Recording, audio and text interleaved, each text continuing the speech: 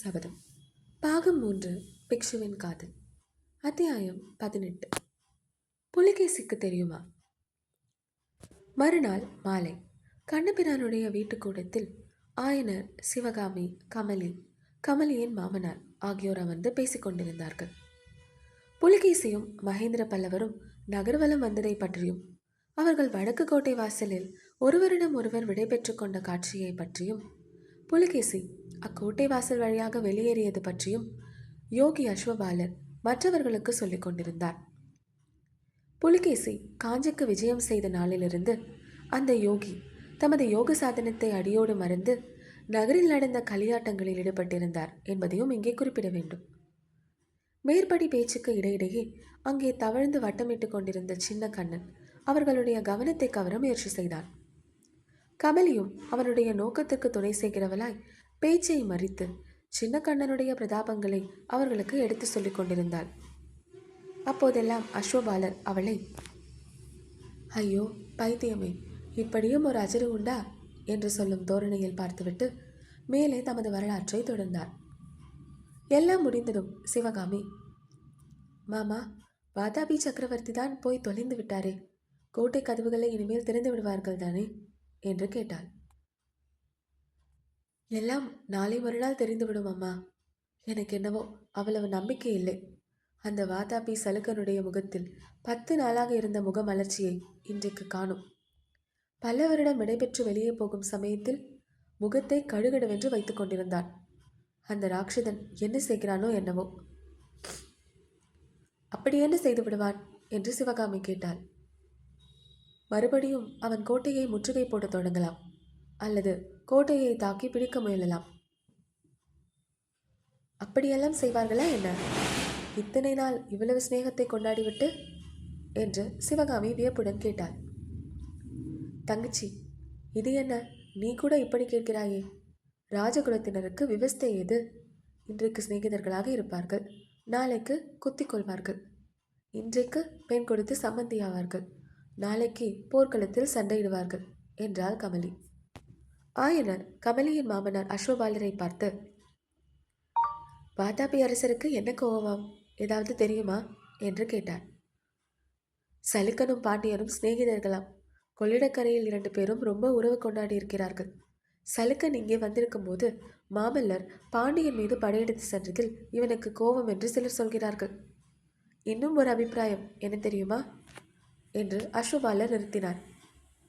என்ன, சொல்லுங்களேன் என்றார் ஆயனர். சிவகாமியின் நடனத்தை பார்த்துவிட்டு மயங்கி போய் வாதாபி அரசர் சிவகாமியை தம்மோடு வாதாபிக்கு அனுப்பும்படி கேட்டாராம். பல்லவேந்திரர் மறுத்து விட்டாராம். அதனால்தான் புலிகேசிக்கு கோபமாம் என்றார் அஸ்வபாலர்.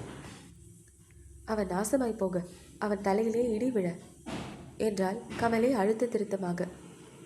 அப்போது, ஆஹா, இவ்வளவு திவ்யமான ஆசீர்வாதம் யார் வாயிலிருந்து வருகிறது என்று ஒரு குரல் கேட்டதும் அனைவரும் திடுக்கிட்டு எழுந்து நின்று குரல் வந்த பக்கத்தை பார்த்தார்கள். அந்த கம்பீரமான குரல் சின்ன கண்ணனுடைய கவனத்தை கூட கவர்ந்து விட்டதாக தோன்றியது. அவனும் உட்கார்ந்தபடியே ஆவலுடன் குரல் வந்த திசையை நோக்கினான். வீட்டின் பின்வாசல் வழியாக உள்ளே வந்தவர் வேறு யாரும் இல்லை, மகேந்திர பல்லவ சக்கரவர்த்தி தான். அஸ்வபாலரே, நீ சொல்லிக் கொண்டிருந்த வதந்தி என் காதிலும் விழுந்தது. ஆனால் அது உண்மை அல்ல. வாதாபி சக்கரவர்த்தி சிவகாமியை தம்மோடு அனுப்பும்படி என்னை கேட்கவே இல்லை. வேறென்ன சொன்னார் தெரியுமா? இந்த பெண்ணுக்கு என்னவோ இவ்வளவு பிரமாத மரியாதை செய்கிறீரே, என்னோடு வாதாபிக்கு அனுப்பினால் சாட்டையால் அடித்து நாட்டியமாட சொல்வேன் என்றார். அவ்வளவு ரசிக சிகாமணிதான் அந்த மூர்க்க புலிகேசி என்றார் சக்கரவர்த்தி. அப்போது அவருடைய கண்களில் உண்மையான கோபத்துக்கும் வெறுப்புக்கும் அறிகுறி காணப்பட்டது. அப்போது சிவகாமி ஒரு அடி முன்வந்து சக்கரவர்த்தியை ஏறிட்டு பார்த்து,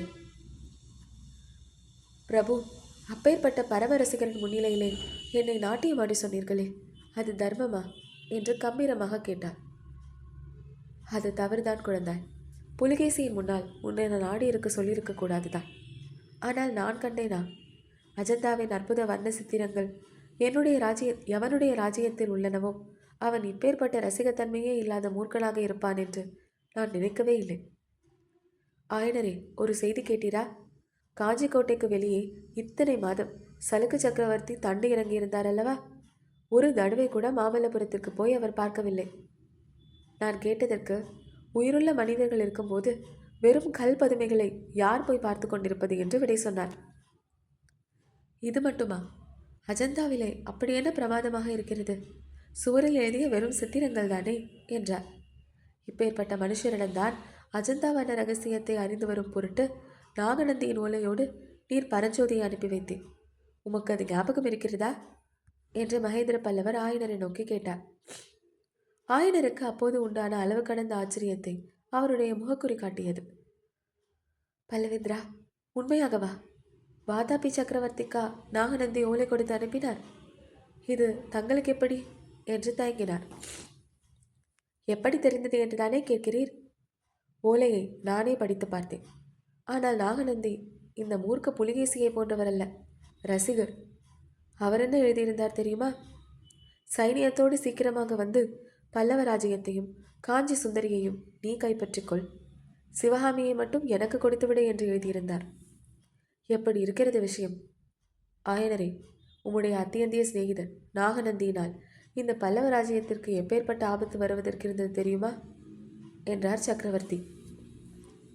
ஆனால் ஆயனரோ சக்கரவர்த்தி கடைசியாக கூறிய வார்த்தைகளை கவனித்தவராக காணப்படவில்லை. வேறேதோ யோசனையில் ஆழ்ந்தவராக காணப்பட்டார். ஆஹா, புத்த பிக்ஷு கொடுத்த ஓலை வாதாபி சக்கரவர்த்திக்கா?